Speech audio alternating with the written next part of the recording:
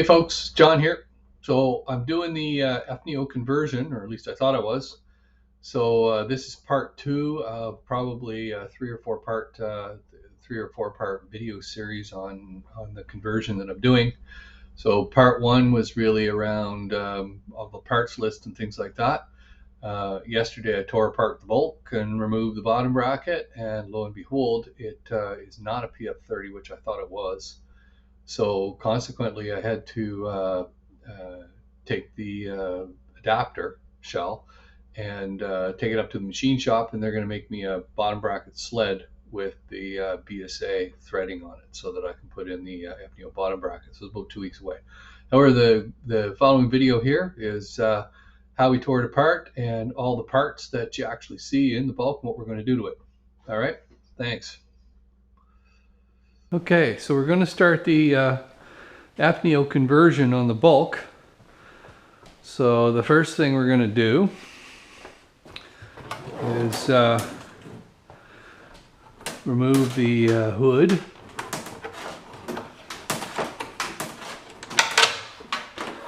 So we get everything out of the way.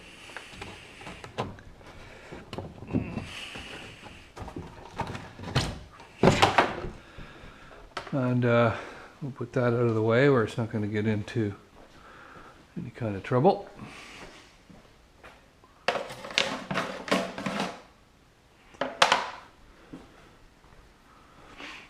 And then we'll take off the maintenance hatch.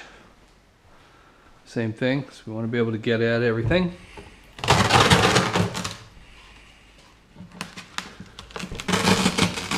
In this case, we'll just take it off altogether.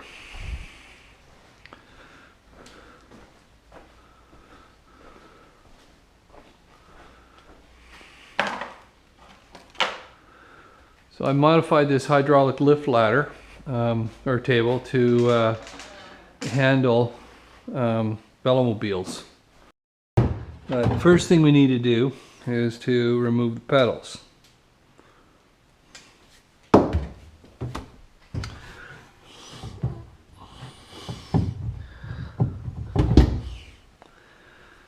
And it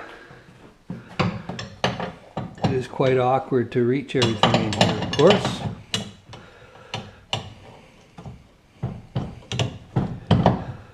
All right, now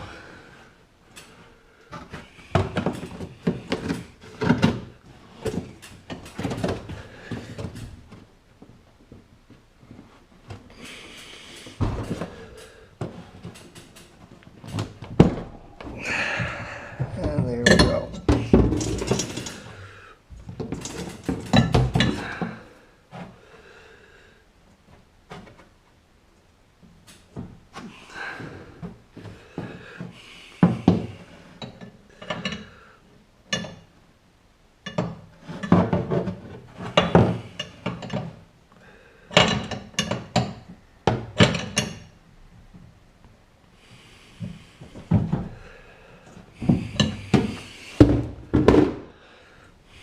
So the left pedal comes off.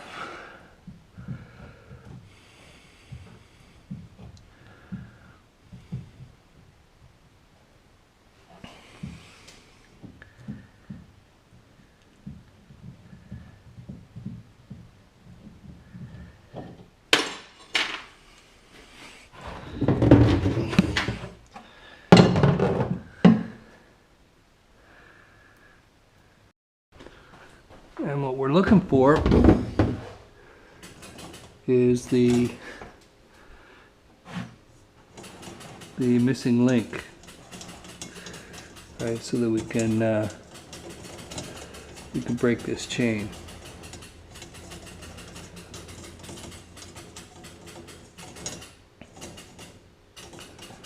Now it can take a while to find it because of the fact that these chains are very long. We don't get a whole lot of visibility on them.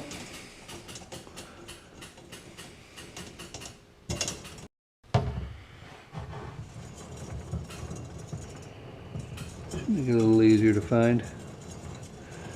I might actually have missed it.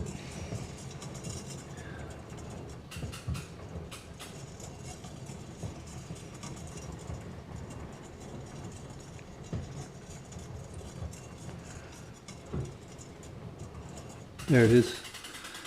All right, so we found it.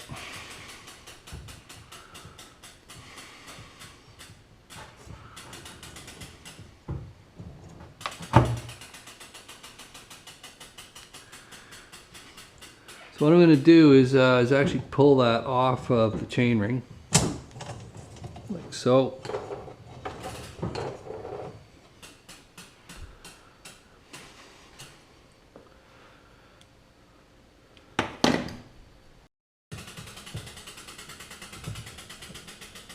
And that looks like the bolt right there. That's it.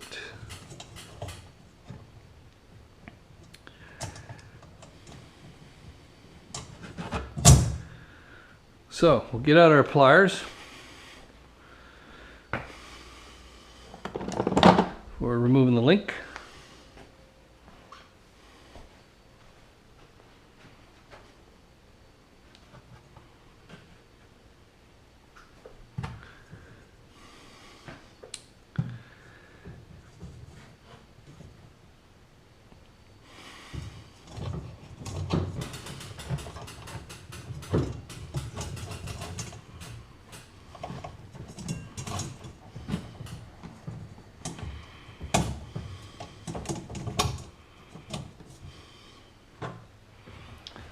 And I'm gonna bring that over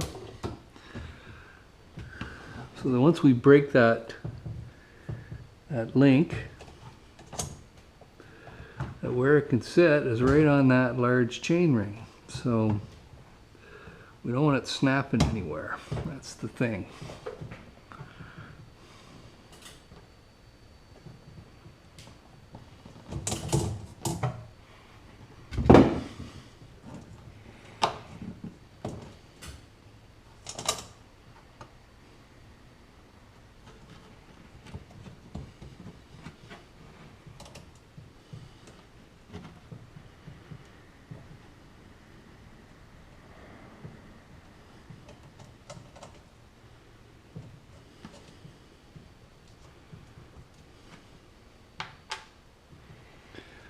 Now we've got the chain broken, which is good. And now all we want to do is, without twisting it, and that's the problem, is to get it out of the derailleur, like so. So then what we want to do is to pull it over onto this side, so we'll connect it again, and that will guarantee that we don't twist the friggin' thing on the process. These things can be really a big pain in the butt if you twist them, right? It's very, very hard to figure out whether you did, first of all. And secondly, my God, this chain is greasy. And then it's a problem figuring out how to untwist it once it is twisted. It's really, really hard. So we're just going to avoid the problem by reconnecting the chain. So the advantage to this is, of course, is that when the chain is reconnected, we're probably not going to have to break it again because of where we're trying to connect it onto over top of a single chain ring, and so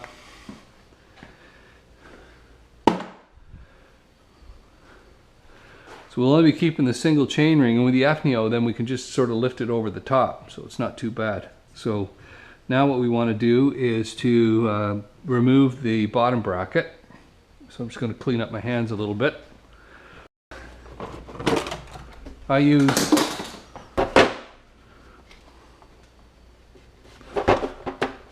an Allen key insert. So you look for 10mm here. It's 3/8 inch. So we grab ourselves a 3/8 inch socket set or ratchet.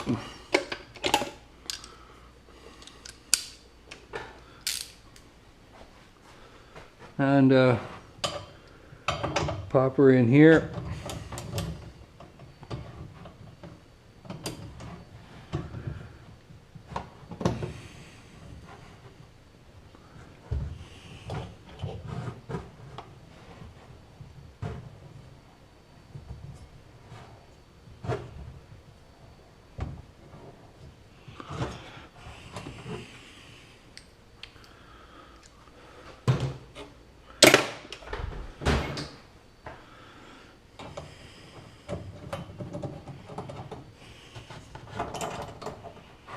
And that out it comes, right? So we can use then the conventional Allen key for removing the crank arm.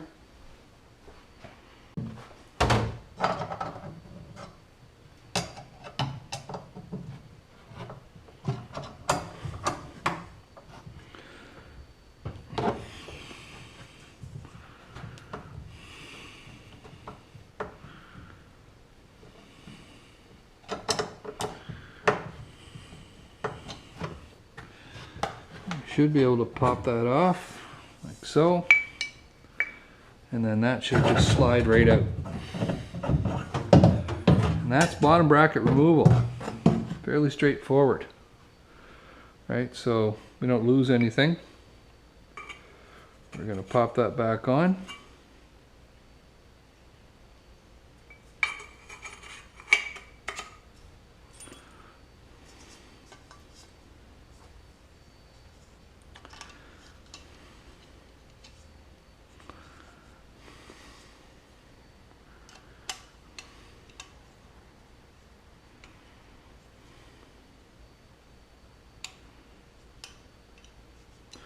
I don't need to put it on terribly tight, just enough that it's not going to lose it.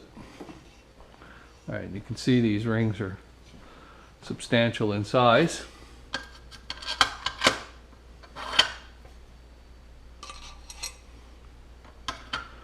So this is a 10mm.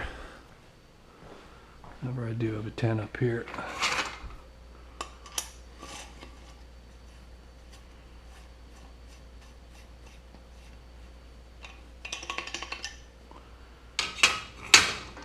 And we'll put that over here on the bench for now. And we'll haul her out after. Now, there's 5mm probably underneath. I think probably actually we can't get at that. If I recall, I need to have a socket here. So it's about a 5mm. We'll just check that. And this 1/4" socket. So we need a different driver, obviously. Yep. So we have the 1/4" drive here.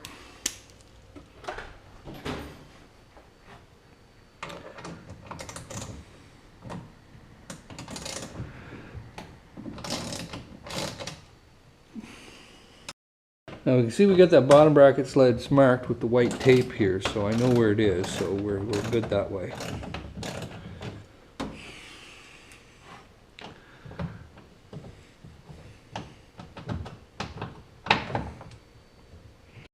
We have to get rid of the shifter cable has got a, so as we can see here, you have to pull this off and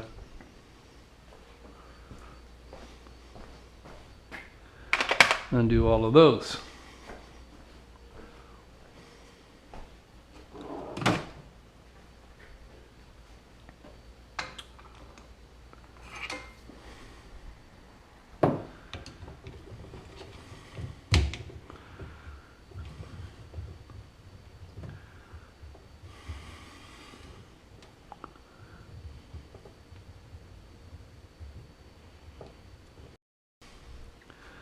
And then we want to pull this shifter off.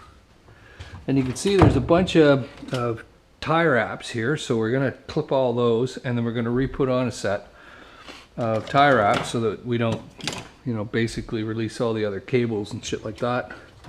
we can see here it runs up the wires, keeps all those into line, everything else. So we'll pull that out.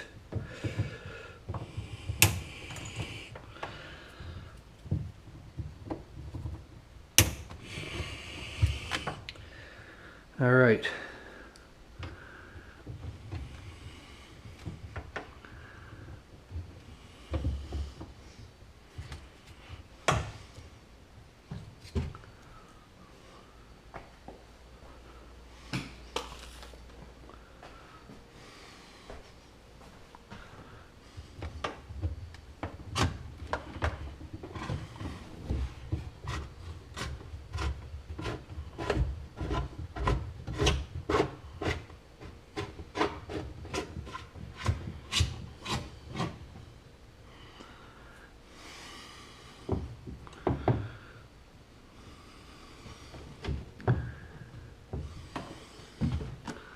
Now we're going to pull this all the way through, because what we're going to end up doing is pulling off the cable end on the derailleur side, just because it's easier.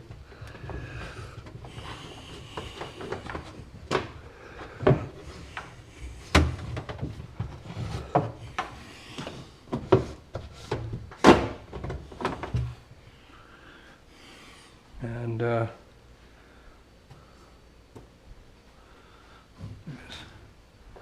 we will cut this one as well.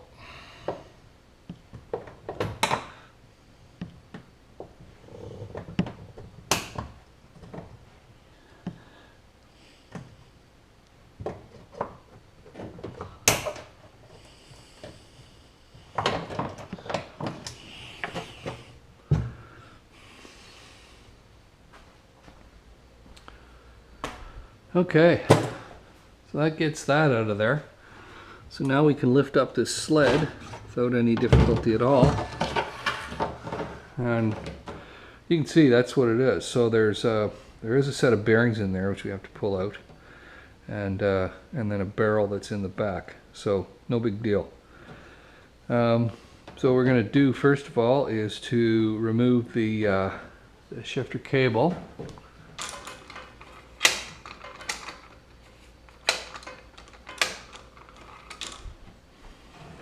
This should do it. No, one more down.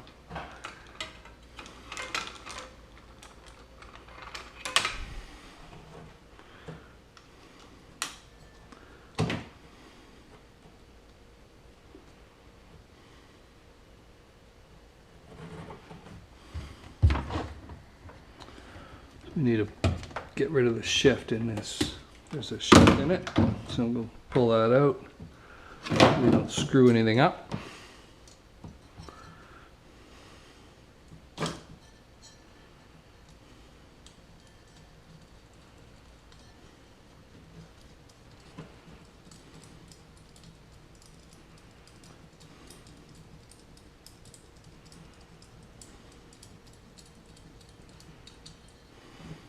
Okay.